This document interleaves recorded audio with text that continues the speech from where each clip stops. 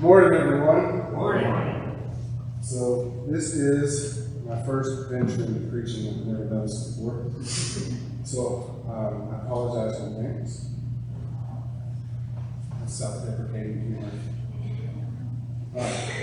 So I want to start with a question. How many of you consider yourselves self-motivated? Got a few. Self-motivated. Max is definitely self-motivated. So, if you're self-motivated, which I'm not very self-motivated, you'll understand this little picture I have on the next slide. I hope you can see it. This is how people think motivation works. Is you've got something that's tantalizing and exciting, and you just decide, oh, that's right, I'll just go ahead and do it. You know, I'm motivated to do it now. And in reality, motivation is just a small part of what we choose to do. Self-discipline is getting yourself up, using that motivation to get up and go do the right thing, but having the self-discipline to actually physically go and do that thing. So I want to talk a little bit about different types of motivation. Intrinsic and extrinsic motivation.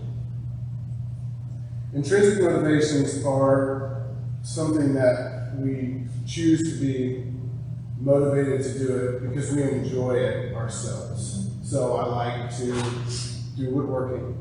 I like to go and make furniture, or turn a bowl on a lathe, or play video games, or hang out with my friends. I'm motivated to do those things because I enjoy doing them. It gives me purpose, growth, coming to church, and motivated to come to church because of the growth that I get here.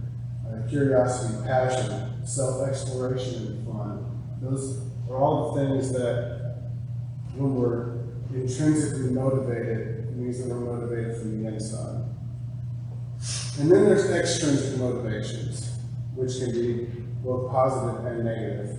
I've listed some positive ones here. Well, the picture that I found it. You're extrinsically motivated at work because you want that promotion, because you want the pay raise, you want the bonus, because you go and you do a good job because, oh yeah, I'm going to get some more money. You've got benefits, prizes.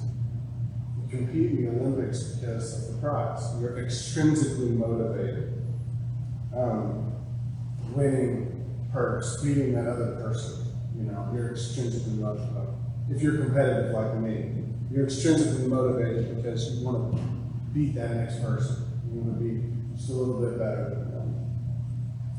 So, I've listed some verses here that motivate me, and the ones that everybody thinks about. Colossians 3:23.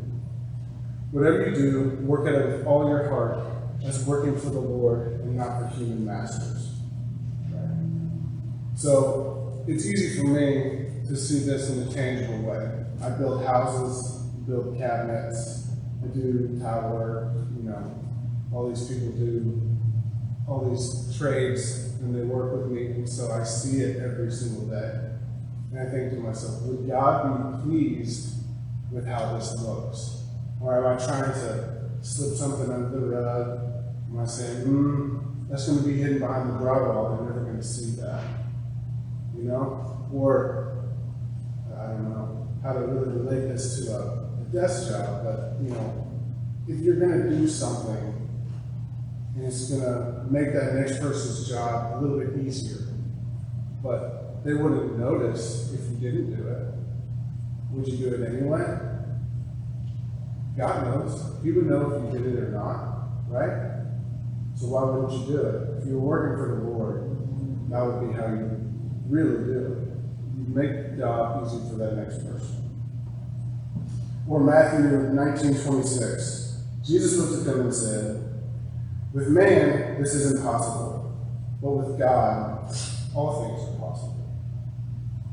Again, nothing is impossible when we are working with the Lord. Everything that we choose to do, everything that we're motivated to do, God is with us. He's given us this motivation to go ahead and do these things, to go out and do His work, to feed the hungry, take care of the homeless, everybody that needs help. Or Philippians 4:13, again along the same lines. I can do all things through Him who gives me strength. Again, God gives us these strengths already. We just have to tap into it. So I have a quote here from Michael Jordan. I've missed more than 9,000 shots in my career. I've lost almost 300 games, and 26 times I've been trusted to take the game-winning shot and miss. I failed over and over again in my life, and that's why I succeed. Now, God gives us the motivation and the strength to go out and do His will, but we continue to fail every day. At least I know I do. I go out and make mistakes, and I struggle with sin. It's the same as all of you do. But if we choose to use that failure as a motivator, instead of us shutting down, choosing to be, hold it inside, shy away from trying to do anything ever again. We need to use the motivator, and we use our failure as a motivator, just like Michael Jordan did, because we all know how successful he was. So next I want to talk about self-discipline, because you can't talk about motivation without talking about self-discipline. This is what my mom wanted me not to talk about. What? Hebrews chapter 12, verse 11. No discipline seems pleasant at the time, but painful. Later on, however, it produces a harvest of righteousness and peace for those who have been trained by it.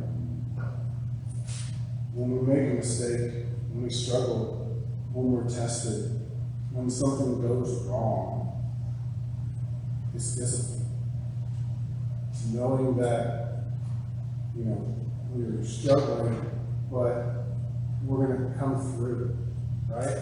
God's given us the motivation, self-discipline to know that when we're struggling, we're going to come out on the other side like metal. And you heat it up and you cool it down, it becomes tempered. And it's way stronger than it was. Proverbs 25:28. Like a city whose walls are broken through is a person who lacks self-control.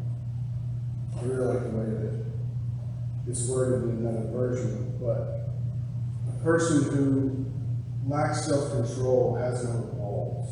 They can't control themselves. They're just kind of helter-skelter all over the place and wild. And as it says, they're easily invaded.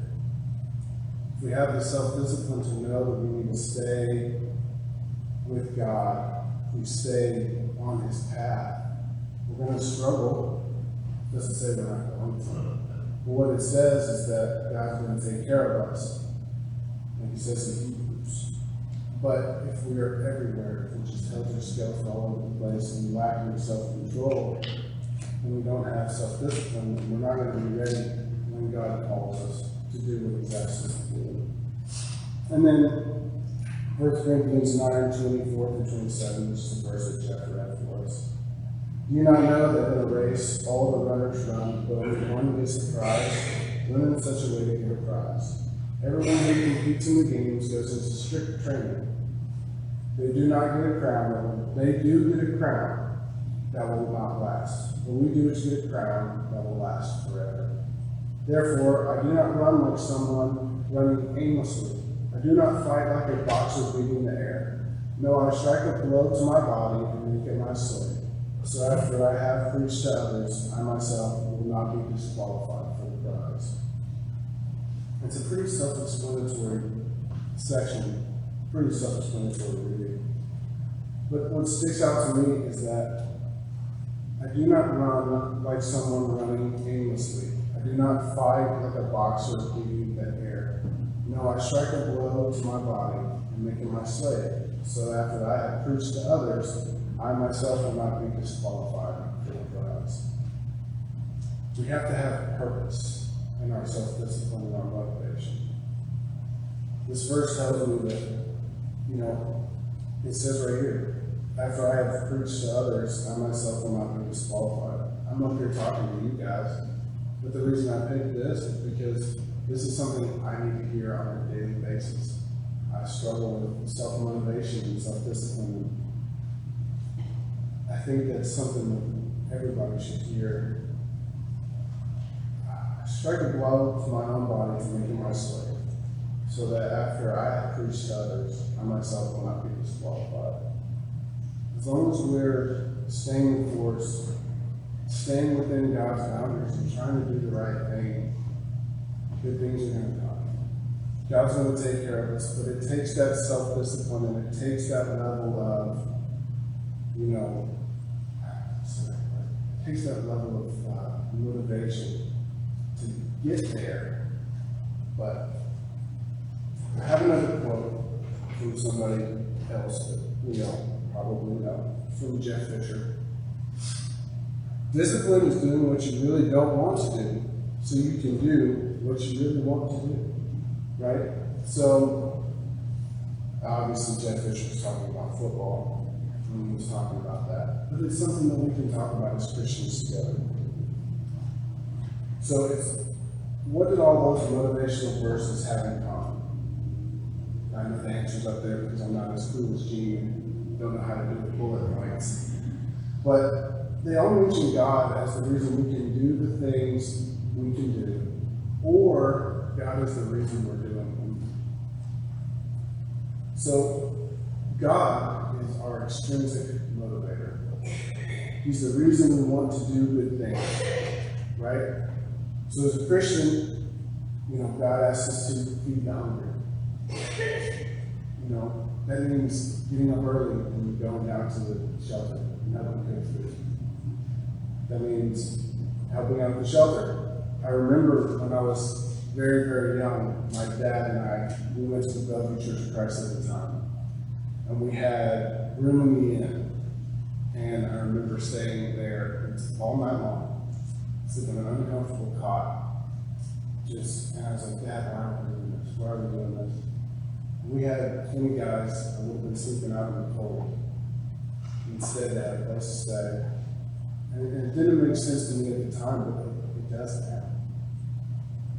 It was that little dad was trying to instill in me the motivation, the self-discipline to know these people need our help, and this is what God has called us to do. But not all of our motivators have to be something that is, something we don't want to do.